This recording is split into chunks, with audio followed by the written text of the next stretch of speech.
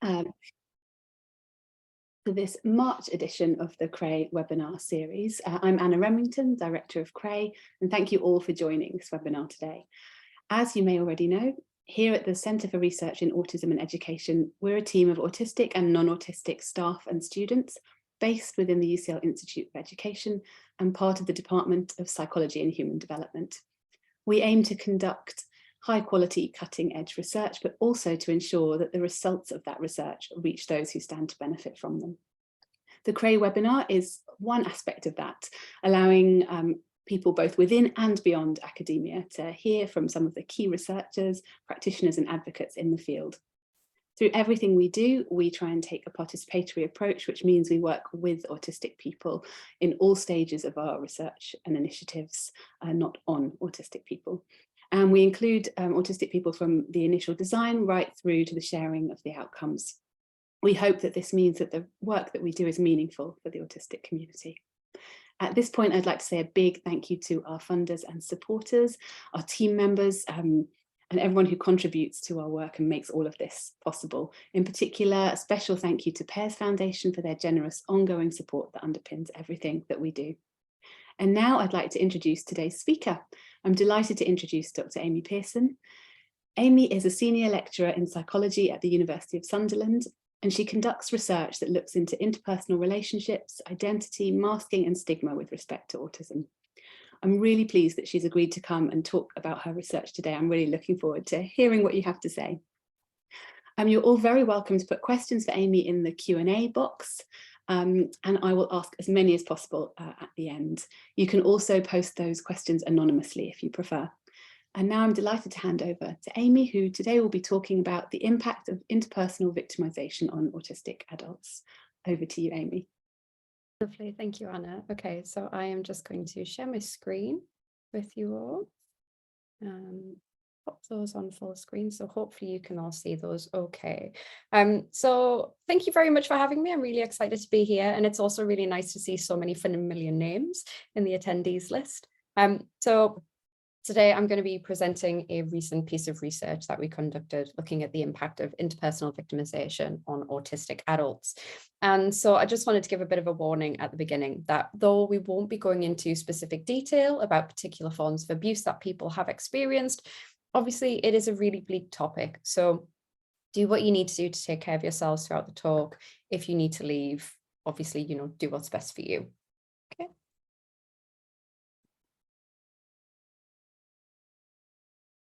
Excellent. Okay, so, there we go. Interpersonal violence and victimization is violence and abuse that occurs within interpersonal relationships. So that can include things like friends, family members, carers, or intimate partners. And IPV is a notoriously broad category of violence and abuse. So it can include very expected instances of things like emotional and physical abuse, sexual abuse and violence and exploitation, financial control and exploitation, all of which can be prosecuted for. But it also includes some technically non-criminal acts, so things like humiliation and cruelty, which can be really difficult to prosecute and also very difficult to prove. And anyone can experience IPV across the lifespan, but research suggests that a disproportionate number of autistic people tend to be victimized by someone they know in comparison to the non-autistic population. And figures have put this anywhere between 50 to 89%. So that's between half to the majority of autistic people have experienced victimization from someone they know, which is a really harrowing figure. And it's thought that the experience of interpersonal victimization among autistic people might contribute towards the higher rates of PTSD and complex PTSD we see within the autistic population. Now, a lot of this has been attributed to experiences of bullying, which isn't classified as an event that might trigger PTSD within the Diagnostic and Statistical Manual, or the DSM. However, some previous research that we did looking at the experience of IPV in autistic adults raised this issue around autistic people minimizing the language they use to describe some of their experiences. So using the term bullying to refer to things like domestic violence. And so what this suggests is that some of the things that we see as causing PTSD in autistic adults that are maybe assumed to be low level or not meeting threshold might actually be quite serious events and offences. So the purpose of this study was to investigate this in a lot more depth. So before I move on to talk a little bit more about the specific study, I just wanted to give a bit of a note on vulnerability, because I think this is something really important to discuss. When we talk about autistic risk of victimization, one of the things you'll often hear is autistic people are more vulnerable to experiencing these things because of the social difficulties that we experience. And I think it's important to establish that vulnerability is not an inherent characteristic of a particular person or group, because it's something we can all experience at different points in the lifespan due to the situation that we're in or our personal circumstances. So we tend to be classified as more vulnerable when we're children because we're physically smaller, we're less able to defend ourselves, but we might also be classified as more vulnerable later in adulthood for similar reasons, that we might be more physically frail. However, autistic people constitute a minority group or a neurominority. We are not the majority within society and are more likely to experience the marginalization, social stigma, and associated vulnerability that comes along with that. So autistic people are more likely to be underemployed, are more likely to experience negative life events, and more likely to be socially excluded. And all of those things can contribute towards an enhanced feeling of vulnerability.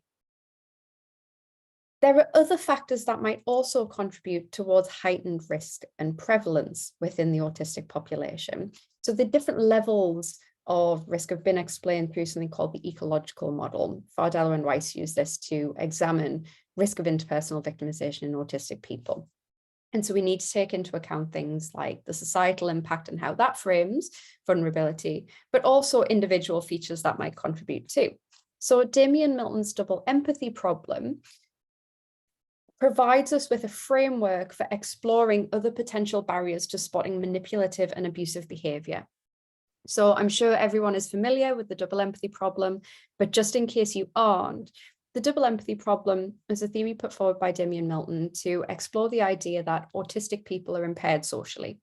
And Damien argues that actually social interaction is by its very nature social. So our interactions with other people tend to be bi-directional at the very least. If I am having a conversation with someone and I say something and someone misinterprets that, it might be that what I said wasn't very clear, but the onus is also on them to ask for clarification and on how they have interpreted that information, given the contextual information that they have themselves. So social communication is bi-directional, and any breakdowns in communication between autistic and non-autistic people, we can relate to this, that when we interact with others, we're drawing upon our own context and others will draw upon theirs. And sometimes there are going to be misalignments. And a really nice kind of example of this was I was on holiday last year in Italy and I was out for dinner with my partner and we were ordering some food and my partner ordered a fish stew. And I, at the last minute, changed my mind and decided I was going to have the same thing as him. So I just said to the waiter, "I'll have the same, please." And the waiter kind of looked at me a little bit funny and wrote in his book, and then off he went. And when he came to bring the main course out, he brought one main course and put it down on the table. And instantly I was like, oh, there has been a miscommunication here. I meant I will have the same thing, I will order the same dish, and he assumed that I would eat the same meal. Neither of us was impaired in that social interaction, but there was a breakdown in communication between the two of us due to drawing upon different languages, different contextual information. So the double empathy problem can be used to explain how autistic people might find it difficult to spot manipulative behavior, particularly from people of different neurotype, because the facial expressions, the way in which we move our bodies might not necessarily align. However, it's really important to acknowledge that all violence against autistic people is not committed by neurotypical people. Intra-group violence is a really important and very pressing issue in the autistic population, and it's something that we need a lot more research into, but I think it is important to establish that now. So the purpose of the study that I'm going to talk about today was to build upon a couple of previous pieces of research that we'd done. So my interest in IPV started back in around 2017, 2018. And I was growing interested in autistic social relationships and risk of experiencing violence. And I had a master's student at the time, Sam Forster, who had worked as a social worker for many years. And she had experience of supporting autistic adults who'd experienced victimization within their friendships and their interpersonal relationships. And so we decided to do a small scale investigation. We interviewed 5 autistic adults, asking them about their experiences within their relationships and their perceptions of something called mate crime. So mate crime is a particular form of IPV that tends to be characterized by cruelty, humiliation, and taking advantage within friendships specifically. And mate crime is far more prevalent in the disabled population more broadly than we see across the general population, so much to the fact that it gets labeled as a form of disability hate crime, which can be notoriously difficult to prove because you have to be able to show that person who was perpetrating the mate crime was aware that the person was disabled, and it's very, very complicated. Anyway, we decided to explore perceptions of this with our participants and ask them about whether they'd ever experienced anything that would link to mate crime. And what we found was that people had some difficulties within relationships that tended to relate to how other people perceive them. So there was a sense that people wanted to distance themselves from their diagnostic label, that they didn't want people to know they were autistic. They thought that other people might judge them because of it, or that they might perceive them to be more vulnerable and try and take advantage. We found that people became really exhausted from socializing, and that though they enjoyed socializing with people that they knew and classified as good friends, it could still be really tiring to constantly try and process social information. And that they thought that mate crime was something that all people who could potentially be more vulnerable might experience. So not just autistic people, but other disabled people, people who have mental health difficulties, older people, younger people, that can impact a range of different people in society. But one of the really important things to come out of the research was some issues around compliance. So some of our participants talked about finding it difficult to say no to people because they didn't want to be perceived negatively. And we thought that that was really important to investigate further because it could potentially set people up to put them at further risk. So we followed this up with a second study, exploring experiences of interpersonal victimization in a larger group of autistic people. So we had, I think, 42 participants in the second study. And we just used an online survey and we asked them some really simple questions like, have you ever been victimized by someone that you know? And would you like to provide us more information about it? And within that study, we found that people, again, highlighted compliance as a key issue. They felt like they couldn't say no for a variety of different reasons. So sometimes that came down to the power dynamic of the relationship that they had. Sometimes it came down to not wanting to look bad in front of other people, not feeling like they could say no, that their no and that their agency wasn't worth as much of other people's.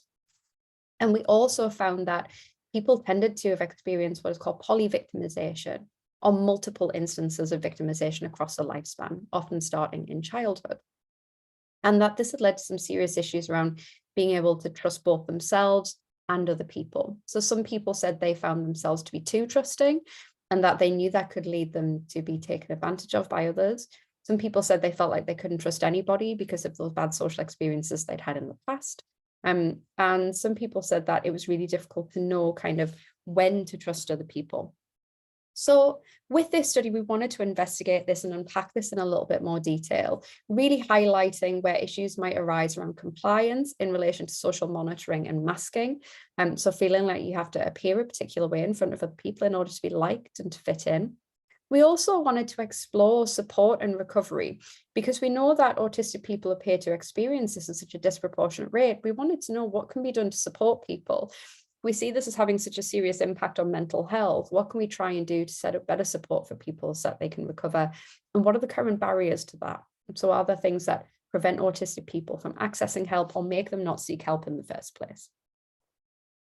And we decided to do this within the context of social stigma. So as I said before, when we talk about risk and prevalence, there's often a danger of highlighting the risk of IPV as being something inherent to the person.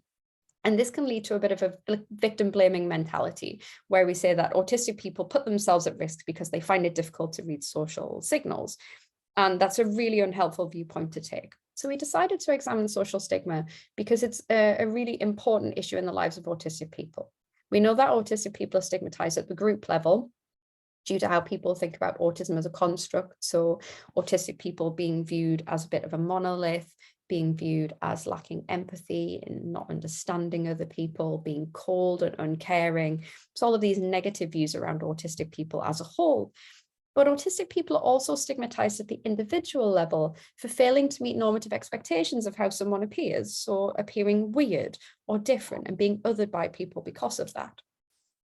And considering this social context and taking social stigma into account takes that increased risk of negative life events like victimization, and it situates it outside of the individual. So instead of just emphasizing personal vulnerability here, again, consistent with the ecological model, we start to look at all of those different levels. How does society play its part in this? How do individual factors interact with that? Which gives us a much more holistic understanding, and it's the much less victim blaming approach. So in order to do this, I drew upon David Frost's process model of social stigma and its consequences. And this is a really multifaceted model that David provided in order to explain how the perpetration of stigma feeds down to the outcomes that we see. So he argued that the perpetration of stigma tends to be enacted through things like negative stereotypes about a particular group, which then informs prejudicial action and discrimination towards the people within those groups. So we take these negative stereotypes, we apply them more broadly, and we use that in order to make society less accessible through the power structures that we enact through discriminative action. And the experience of stigma for an individual tends to relate to several stigma-related stresses. So there's an increased risk of stressful everyday life events, things like difficulties in employment or in accessing education, and everyday discrimination. We also see heightened expectations of rejection and stigma management and concealment or masking. That's related to feeling like you need to suppress aspects of your identity or hide your status from other people in order to pass and avoid stigma. We also see the internalization of stigma, so taking those negative beliefs about people like you and internalizing that into your own self-concept. And there are several different ways that people can respond to stigma. So people might try and cope with the stigma that they experience and find support strategies. But people also try to make meaning out of their experiences. So to understand what's happened to them, how society creates the ability to stigmatize and how that might affect your societal participation. And then finally, this leads to both positive and negative outcomes. So the negative outcomes are everything you might expect, things like difficulties with mental and physical health, difficulties in performance and things like your work life, your education, and difficulties with relationships. But we also see some positive outcomes arising as a result of stigma. And these are related to things like positive marginality. So finding positive characteristics in people like you and aligning yourself with them. So considering your in-group to be people who are like you, taking that label and finding people to compare yourself to within that group who make you feel good about yourself. But there's also an aspect of social creativity and attempted social change involved. So people often become involved in advocacy work and trying to change things to make it better for other people like them in the future. So we wanted to use this model to frame our investigation to see whether the experience of IPV was aligning with this expectation of being stigma-driven and what that means for understanding IPV for autistic people.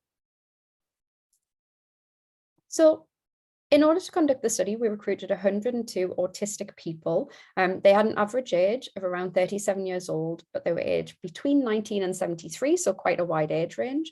The average participant was a white female from the UK who was heterosexual and middle class. But we also had quite a broad range. So in terms of sexual orientation, most of our participants actually weren't heterosexual. Most were bi, pan, queer, or some other sexuality.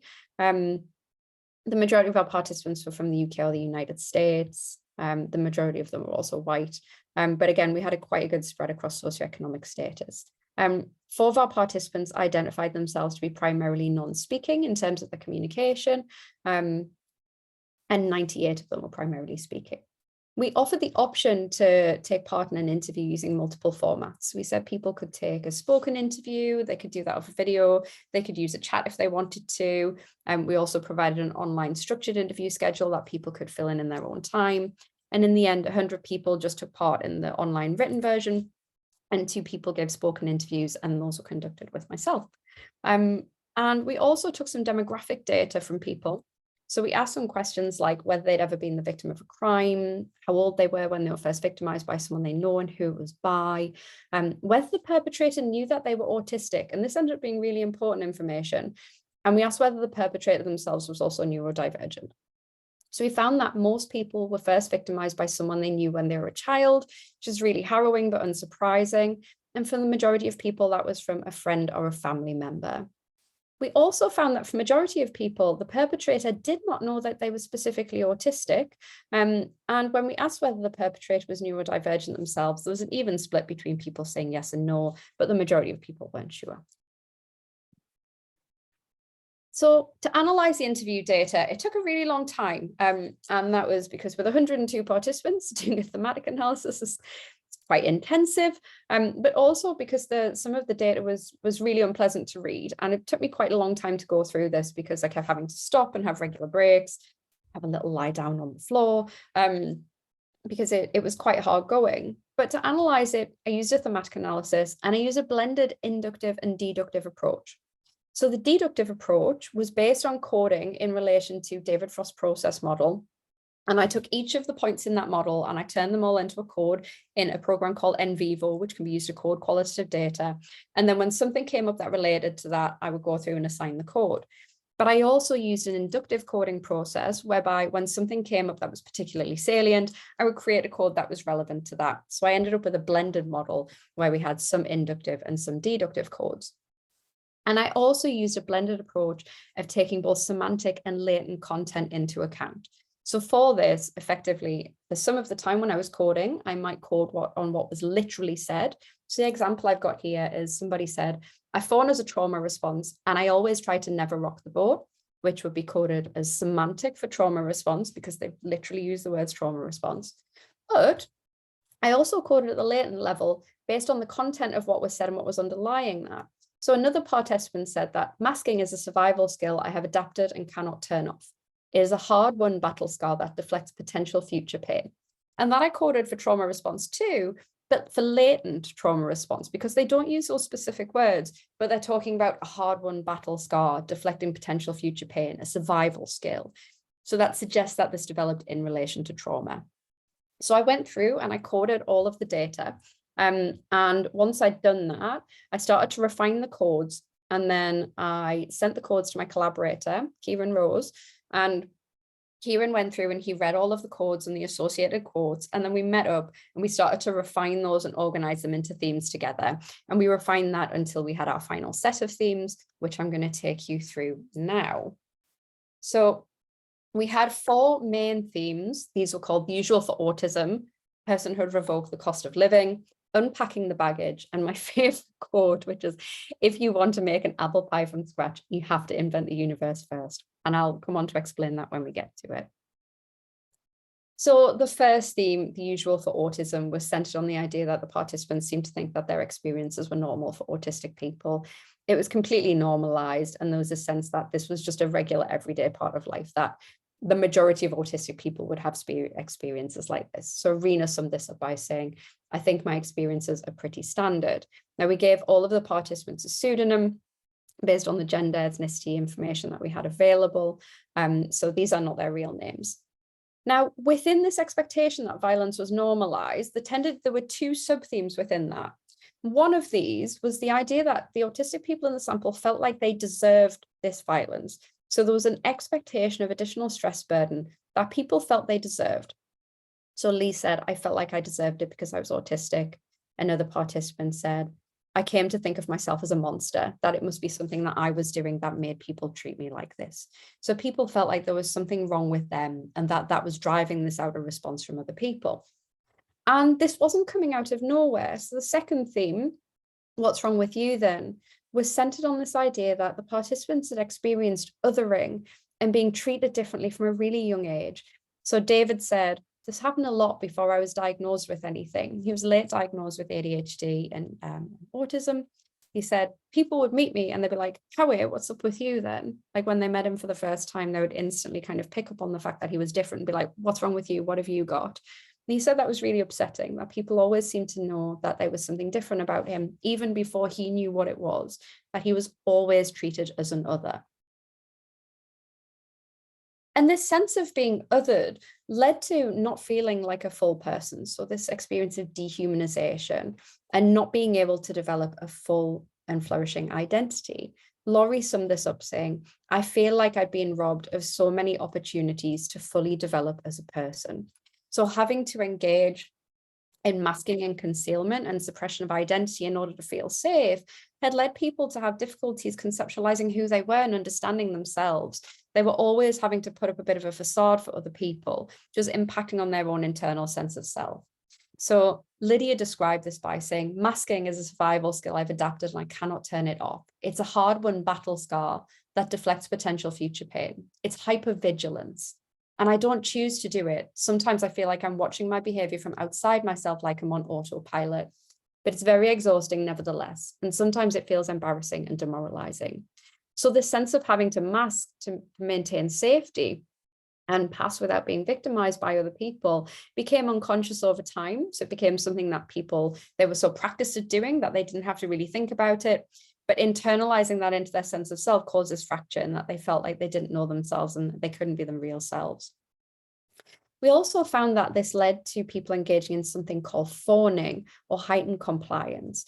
So Jasmine said, the people pleasing has had such a lasting effect. The fawning response, I think it's called. Politeness rules in my world, and I don't always want to be polite. Politeness isn't always called for. So participants highlighted that when you get so used to doing what other people want and you can't say no to others, you fawn and just want them to like you, that breaks down your ability to advocate for yourself, which means that in dangerous situations, when you put yourself second, other people take advantage of that and it becomes particularly dangerous. And over time, this masking and fawning had led to burnout across participants, which had had a really negative impact on them. So Noelle summed this up by saying, I've been masking my entire life, either for safety reasons or to enable myself to keep a job. Over time, it has caused massive burnout and I haven't fully recovered. Another participant referred to this as losing the last of her big spoons. So the last of that kind of energy that she used to get by in her daily life just went, and it wasn't something that she'd been able to get back.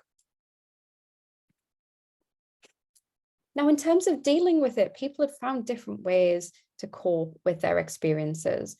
So some people like Shauna had completely socially isolated themselves. Shauna said, I no longer do relationships or friendships. People talked about cutting themselves off from all relationships, moving into isolated areas and just staying away from other people because they felt like they couldn't trust anybody. And in terms of understanding the experiences that people had and trying to find ways to cope with it, being able to find the right words to describe their experiences was something that was really important. So Jasmine said, I'm the same with getting the terminology that came with autism as getting the terminology that came with the relationship abuse. It's really important to be able to put names to the concepts and things.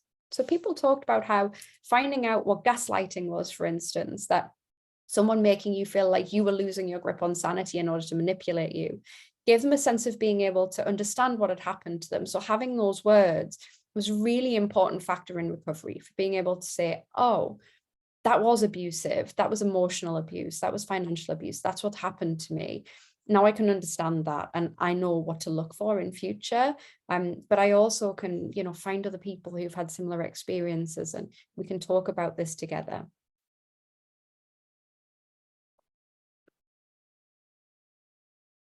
And finally, the fourth theme, if you want to make an apple pie from scratch, you have to invent the universe first. It was actually a quote from one of our participants, and it's a Carl Sagan quote. So we asked people about what kind of barriers they had to support seeking, what they would like to see in future, and in an ideal world, what kind of supports would exist for autistic people. And one of the participants said, it would take a complete rethink of how we consider disability. If you want to make an apple pie from scratch, you have to invent the universe first. If we want to prevent and deal with interpersonal victimization among autistic people, it would mean having to break things down and working from the ground up, thinking about how we treat autistic people, how we consider disability more broadly, breaking down that stigma, making society a fairer place to start off with. So it's not necessarily about reactive responses where we figure out what's going on and then we try and, prevent that, but it's about stopping it from happening in the first place, making sure autistic people aren't dehumanized and viewed negatively by others. And in terms of issues that arose in help seeking, we found that power imbalances was a really pressing issue. So this, for some people, would prevent them from leaving relationships for fear of what might happen to them. So Jana said, I couldn't support myself, so I had to live with and please men who were willing to have a living girlfriend. This trapped me in relationships where I had none of the power. I had to keep them happy so I could have a place to live and food to eat. So Jana was a participant who was based in the US. And they talked about how difficult it was knowing that there was no kind of structural support for them. There was nowhere they could go. And they worried that they would be out on the streets if they left this relationship. So it meant that there were barriers in place that prevented them from even leaving this dangerous situation in the first place. The thought that actually the uncertainty of not knowing what might happen outside of the relationship was almost scarier than leaving it. We also found that power imbalances were present among support services, and that impacted on how safe participants felt reaching out for help. So Carter said, victim support were unbelievably useless, psychologists likewise, and the police, they amazingly believed that my body language said I was lying.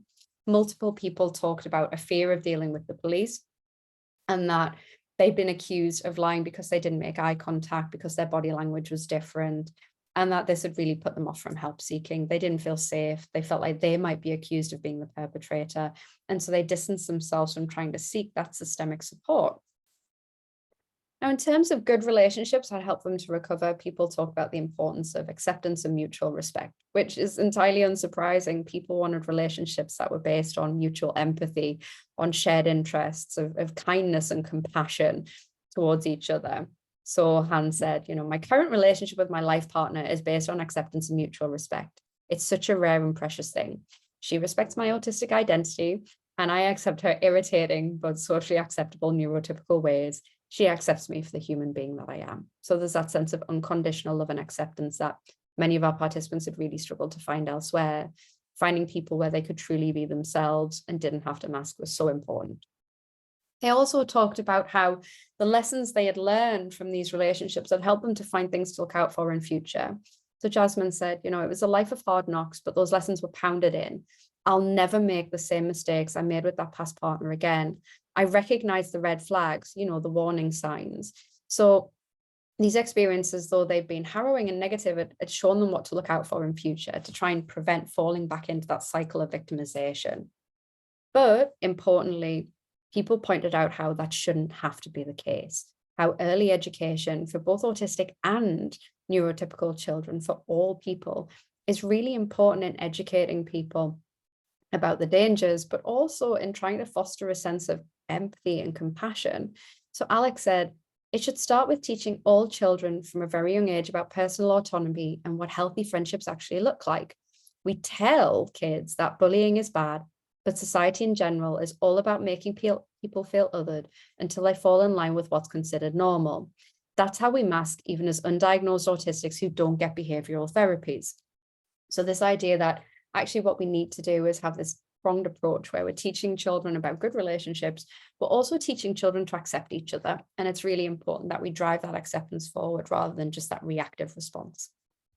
And finally, people talked about the importance of community and strength in numbers.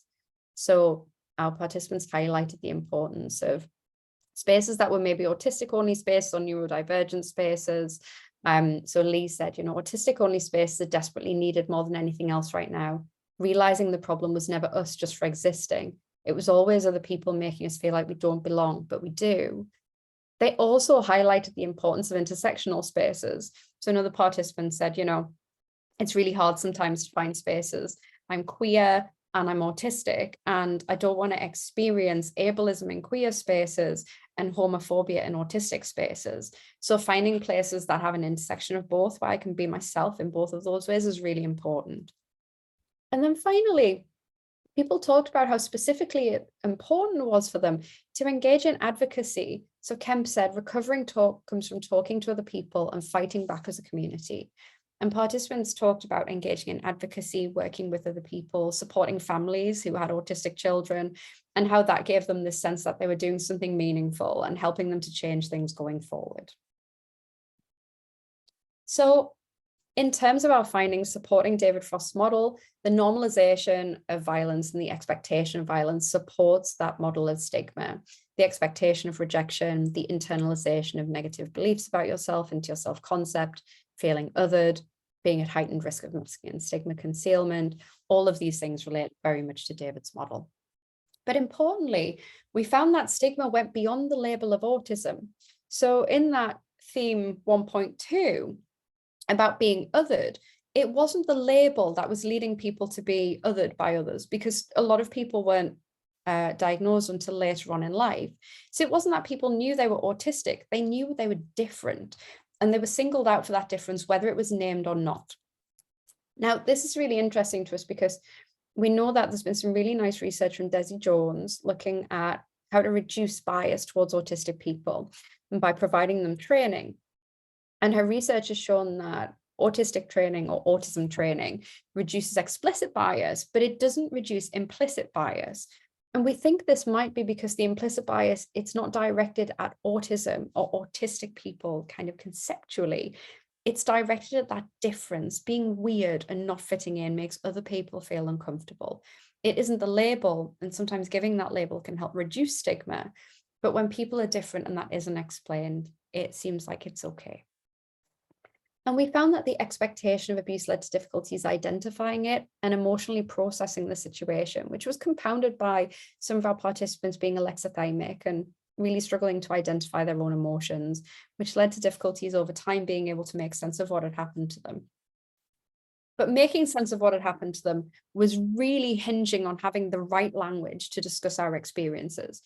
And this relates to a particular form of epistemic violence called hermeneutical injustice. So autistic people experience epistemic violence, or kind of violent knowledge about autistic people, through outsider conceptualizations of autism, feeding into how society views us. So the idea that autistic people, again, are lacking empathy, are callous and cold, and that becoming kind of myth and misconception that's disseminated throughout society.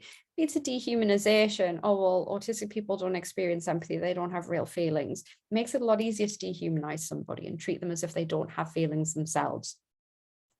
And for the participants that we had, having self-understanding and the right words to describe their experiences hinged on knowing what had happened to them was abusive, but also knowing that they were autistic. So having access to language that accurately helped them to describe their own identity and their own self-concept.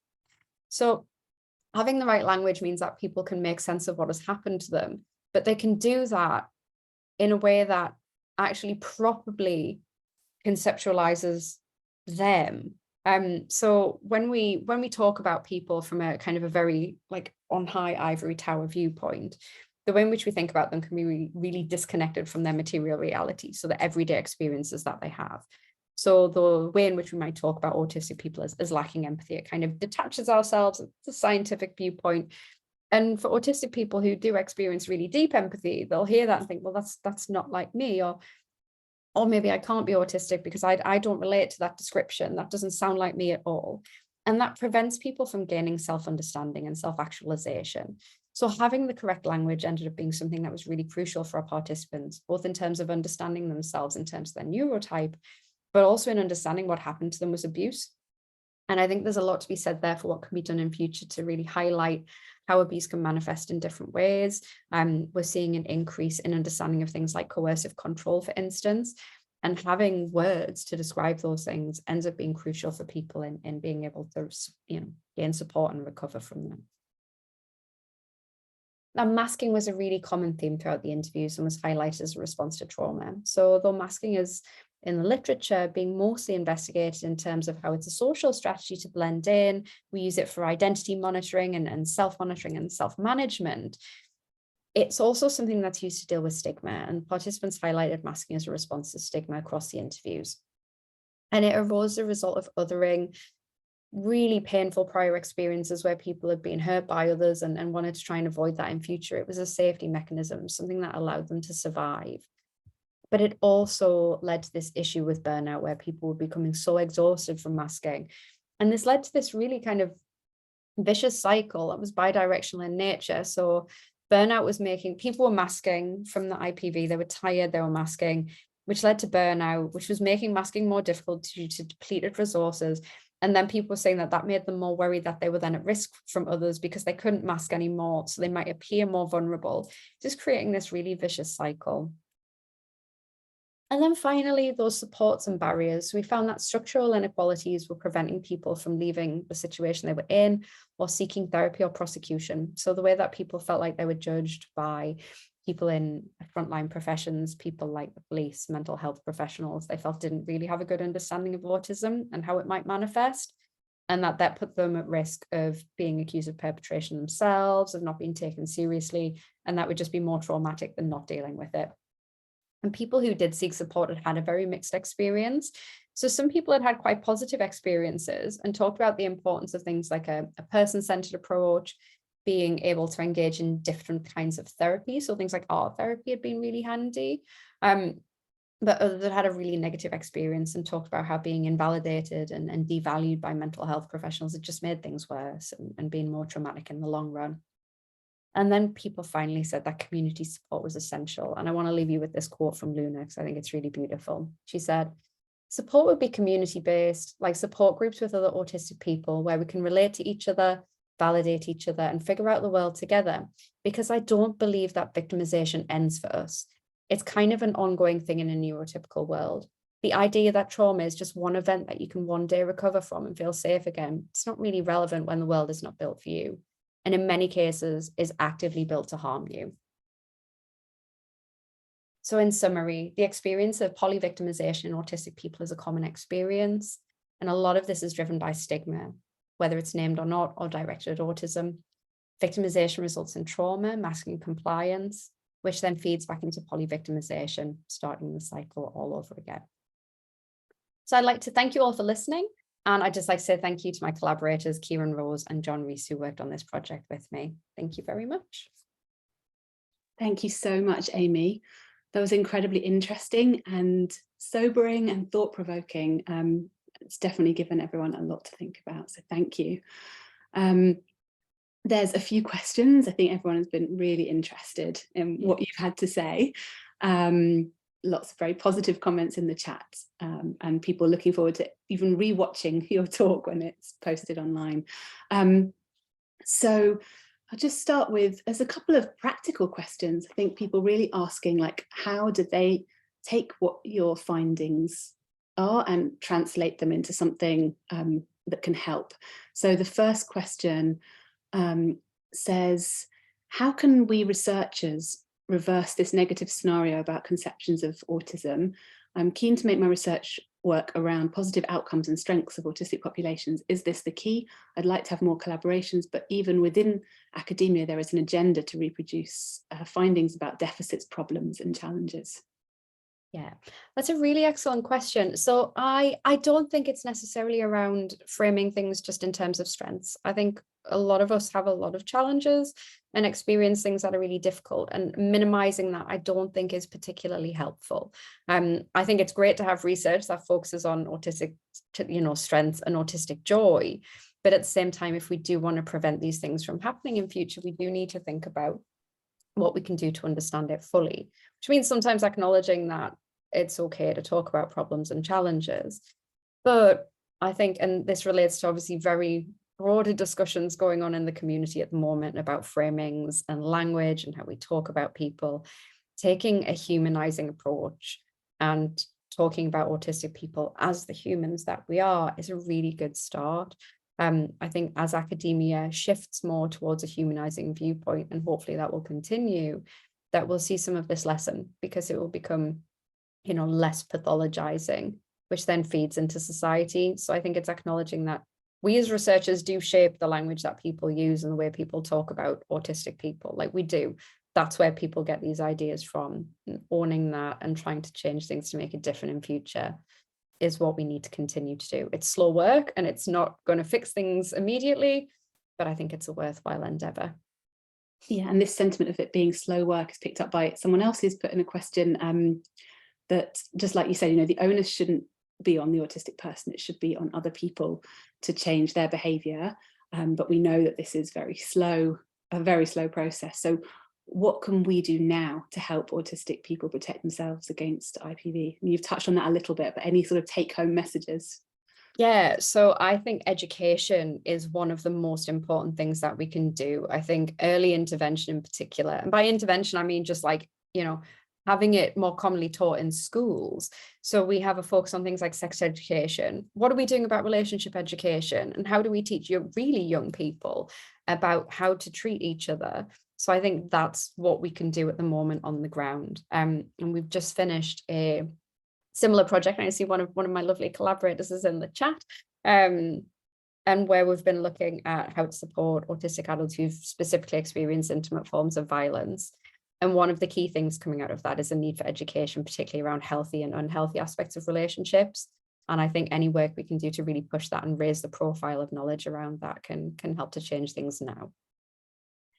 You've pretty much preempted the next question, which I'll read anyway, because I think you might want to add something more specific. But this one says, thank you for such a brilliant webinar and doing this important research.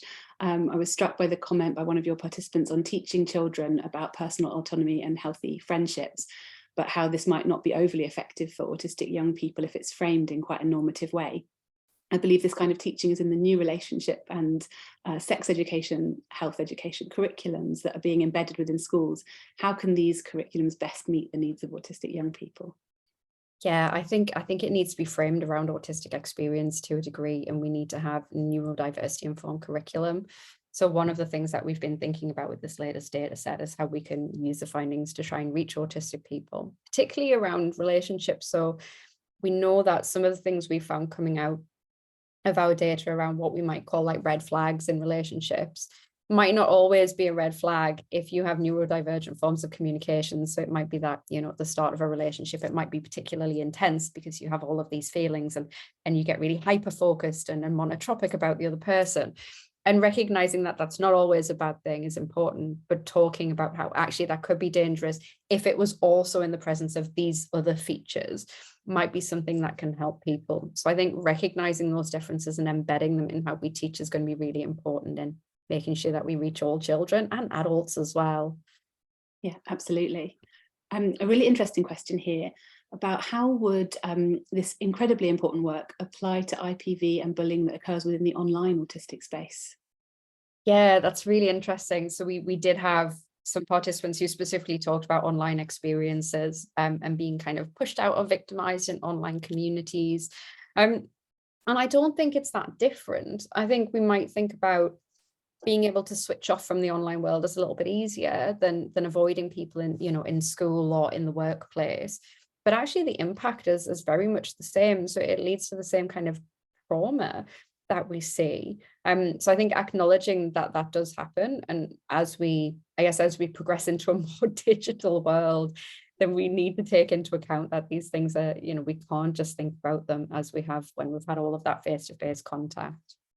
Yeah. Next question about diagnostic categories. So in terms, if terms used with diagnostic categories like autism or ADHD are not used due to using a transdiagnostic cross-categorical approach, Yes. could that potentially affect how autistic people process and understand the IPV they experience? Oh, that's a really interesting question. My gut feeling there would be to say no, but with the caveat that obviously if we did shift to a transdiagnostic approach and suddenly everyone's labels changed, and that wouldn't remove the stigma. Like it wouldn't. The stigma would still be there. It would just have a different name and be aimed at something slightly different. It might change how people think about themselves. It wouldn't change the impact of IPV, I don't think. So I think that's a really interesting way to think about things, but I don't necessarily think it would have kind of an immediate tangible impact, if that makes sense. Yeah, yeah. And obviously the numbers of people that were reporting IPV are really striking. So someone asking here, did you choose the sample in the survey from people who had experienced victimisation, or was this a random sample of autistic people? No, so because we specifically wanted to know about the impact, we asked for people who had experienced victimizations. We weren't looking at prevalence with this. We were just looking to talk to people who had experienced it. But yeah, there are several studies that have come out recently kind of also looking at prevalence and highlighting again similar numbers. So just really, really harrowing numbers of people. A question here in regards to the access to barriers. From experience, do you think there are barriers when reporting victimisation to the police? Literature has already suggested that there's a weak understanding of autism in the CJS, or often resulting in poor practice. How do you think the CJS could support autistic victims and witnesses? Yeah, so I think being much more knowledgeable about the differences we see across a variety of autistic people and what that might look like on the ground practically. So some of the findings from the most recent study we've done is really kind of been focusing on pulling this out. And one of the major issues, I think, is practical training. So we can sit people down in a room and we can talk to them all day about, autistic people and theoretically what they might look like. But unless you have autistic people delivering sessions, actually being involved in the training and development, and thinking about how practically that might manifest, giving people the opportunity to, talk to autistic people and interview them, then it's not really necessarily going to carry over into their practice. So I think having that, again, multi-pronged approach where we're doing good training that is, developed in collaboration or by autistic people, but that also gives people the opportunity to see what that looks like within their own work. Yeah, we actually found worrying similarities in our work with family court legal professionals, where we did a knowledge of autism questionnaire. And the question they got wrong most of the time was a lot of them viewed that autistic people are more likely to be the perpetrators of interpersonal violence. And this was just hugely concerning because, if you have that presumption, then the outcome of court cases is going to be different. So I wondered whether, obviously that fits unfortunately with what you've been finding, when people hear the results of your work, are they surprised? Non-autistic people surprised?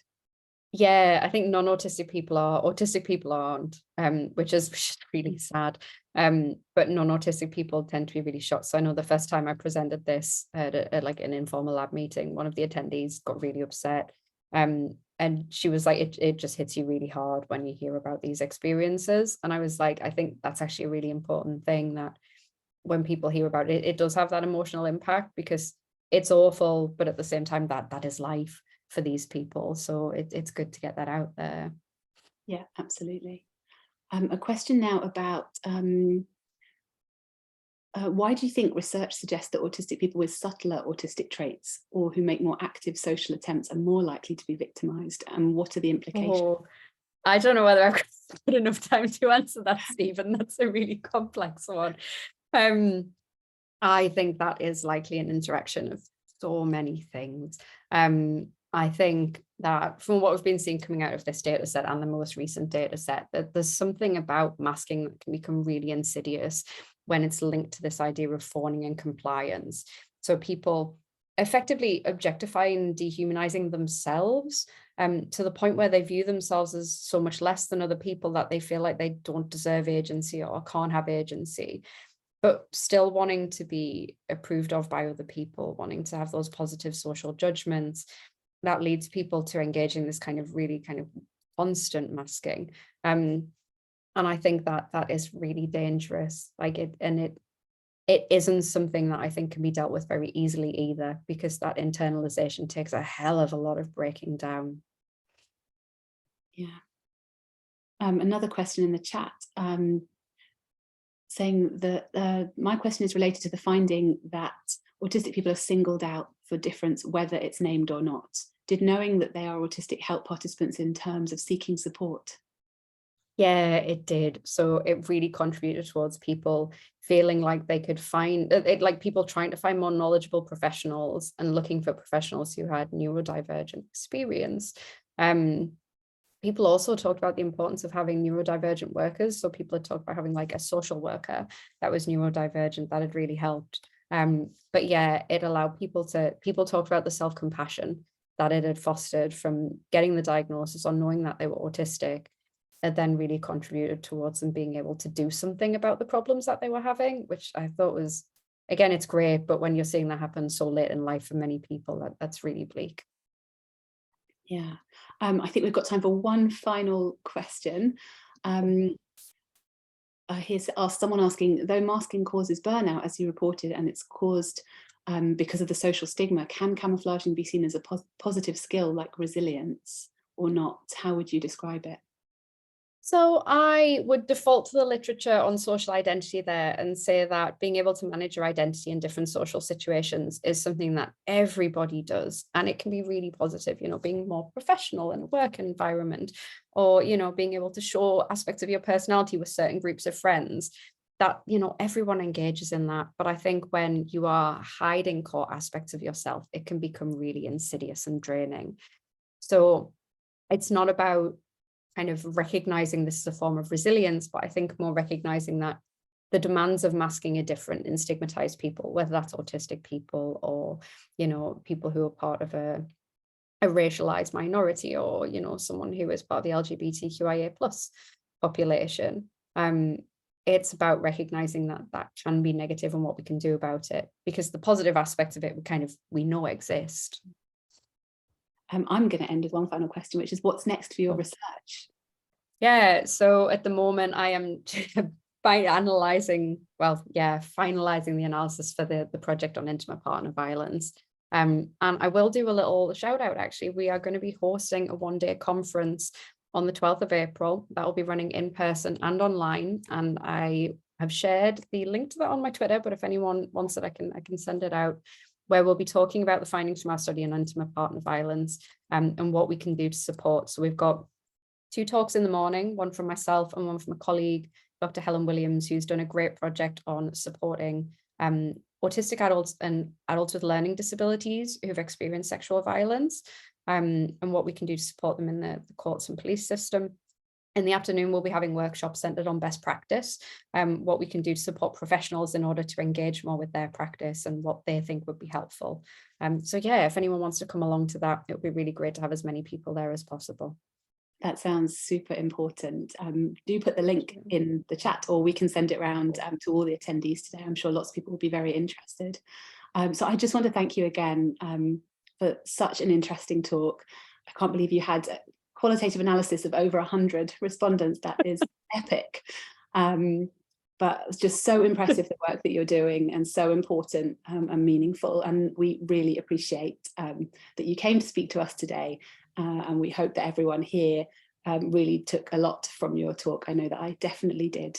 And I hope to see lots of attendees back for our next webinar, which we will advertise on our social media channels. I think we're having a gap next month because of the Easter break, and then we'll be back. And I hope that you all have a lovely rest of the evening. Thank you. Bye.